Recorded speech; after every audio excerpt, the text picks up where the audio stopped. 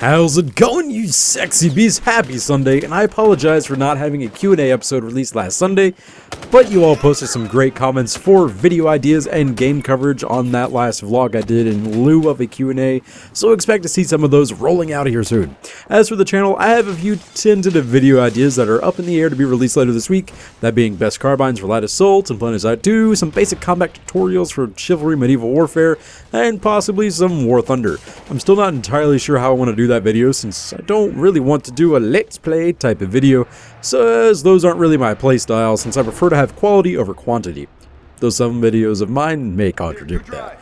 Anyway, if you haven't heard about the awesome server smash between Watterson and Matherson, or haven't heard the recent talks of Halson, then check out the video annotation to go right to my video released yesterday discussing them both. Pretty neat stuff, and I can't wait for it to get in game. Anyway, let's jump right into your questions this week, and I'm sorry if I mispronounce the crap out of your name. It is totally not accidental on purpose, who knows, maybe. So starting off, Reed Ambrose asks, "Hey Drat, what's your favorite gun in Battlefield 4, PlanetSide 2, and Counter-Strike Global Offensive? Love your vids and have a great day." I hope you're having a great day too, Mr. Reed. As for my favorite weapons in those three games, Battlefield 4, it's probably just to have to be any of the M4 variant weaponry. Say for example the M4A1 carbine, or whichever it's called for the engineers, the burst fire rifle one. That one's pretty neat. The M416 for the combat medic, the assault kit, or the AWS for the support.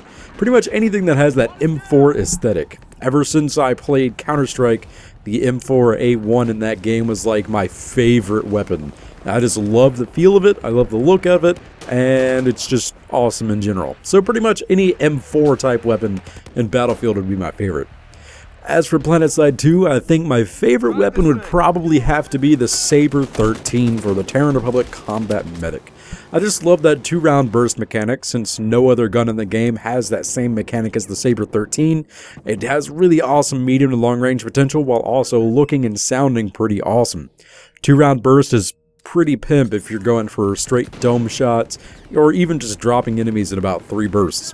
As for Counter-Strike Global Offensive, it's gotta be a tie between the AK-47 and the SIG 553. Those guns are beautiful, and they're just overpowered as shit. A single shot to the head will kill an enemy with an assault rifle. That's practically unheard of. I would probably lean more to the SIG 553 because I think the model in-game looks a lot better for that weapon compared to the AK. But those are my two favorite guns in Counter-Strike Go. Thank you, man.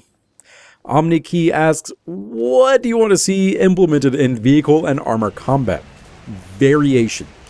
Would love to see variation. In one of my other Q&A videos, I wanted some more people to be running the frickin' vehicles, man. Like, Lightnings are cool, but I really wish it was 2 people, a driver and a gunner.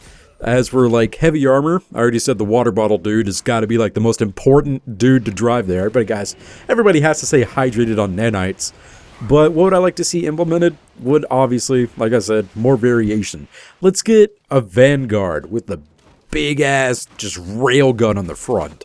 Or perhaps just get like a freaking machine gun, a big-ass machine gun, or coaxial machine guns, like in Battlefield. So you can have a tank to blow the shit out of armor if you ever run into it, which more than likely will, or have a secondary weapon you can just push to, and it swaps over to your little tiny machine gun, and you just shoot off infantry with that. Because in its current state, if you have a Vanguard with armor-piercing rounds and a halberd, and there's a little fairy dropping bricks of C4 onto your tank, you're gonna have a bad time. So things I would like to see would be more variation. I would like to see a weapon like the Viper from the Lightning on heavy tanks. Why not? Let's do it. I think that would be cool. Just a 20-round magazine shoots a shit ton of shells.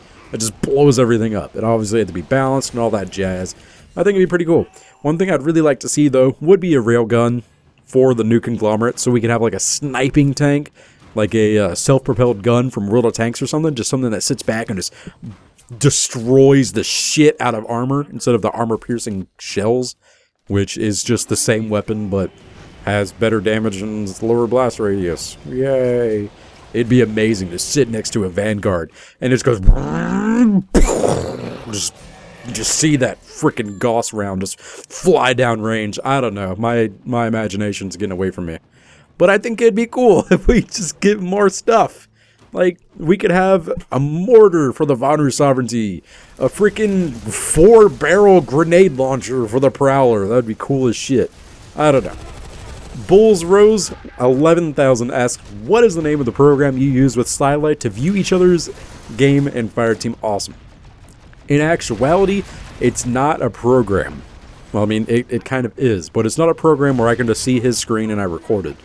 In actuality, I record my footage, he records his, he renders his, we pop it in my Dropbox file folder thingy that I have, like 500 gigabytes of, and he renders out usually about the 2 to 3 hours that we play. He uploads it to me, I download it, and then I edit it.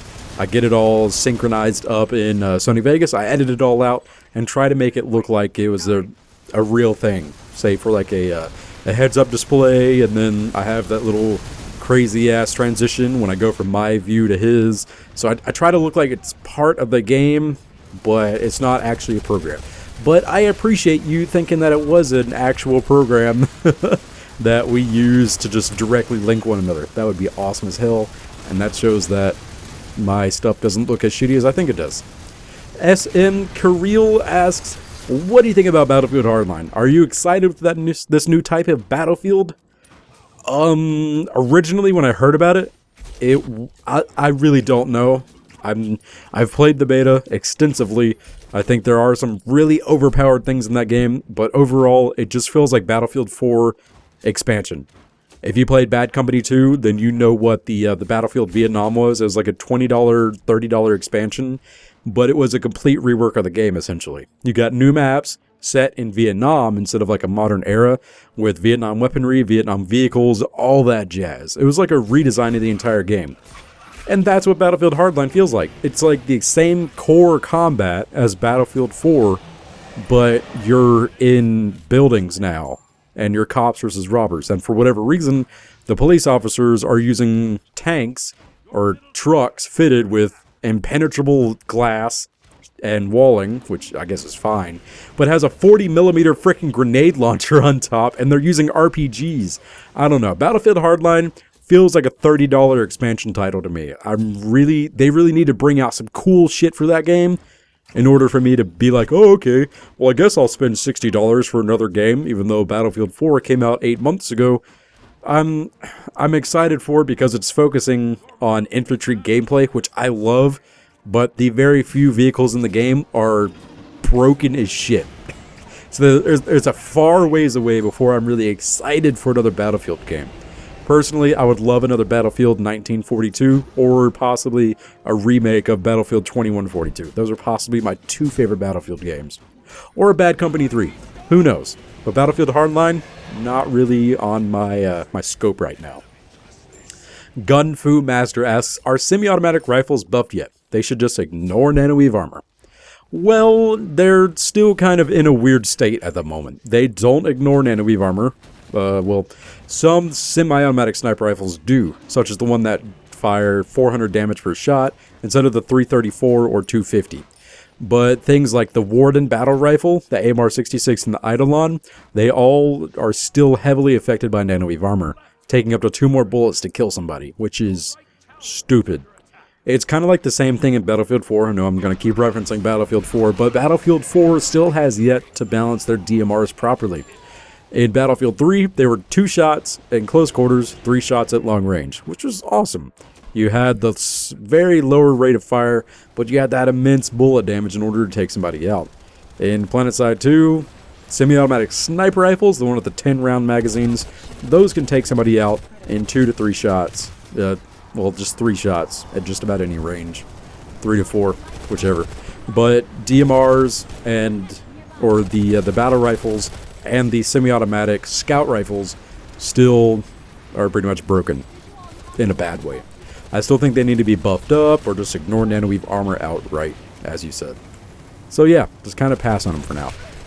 Beanie Shulman asks, do you think there will be a PlanetSide 3, and would you play it? I think there will be a PlanetSide 3, but it's going to be a long, long time between PlanetSide 2 and 3, just like it was between 1 and 2.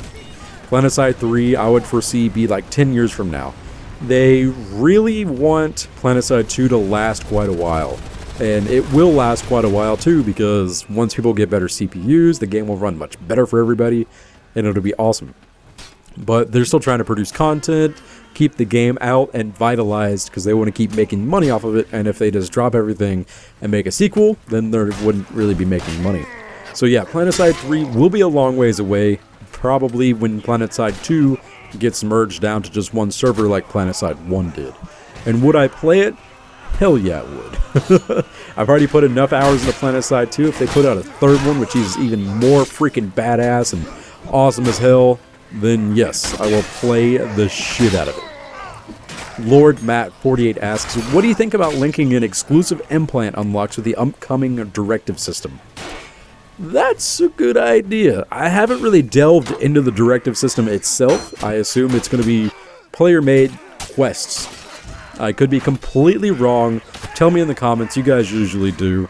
But I feel if it is going to be a quest, say for example, kill 10 dudes with this gun or something, it would be neat to get a random implant through that. But say for example, if you get a directive which is like, lead your squad to victory, or have your spawn bacon, spawn 10 squad mates, then I think that's something that's really, really niche for any particular player. Say for example, somebody who only plays Lone Wolf, or sometimes a guy that only plays support in his squad instead of leading a squad. I don't know. As I said, I don't really know a lot about the directive system yet, which actually should be coming out really, really soon. I think the very beginning part of it is on PTS, so I might touch back on this once the directive system actually becomes a thing.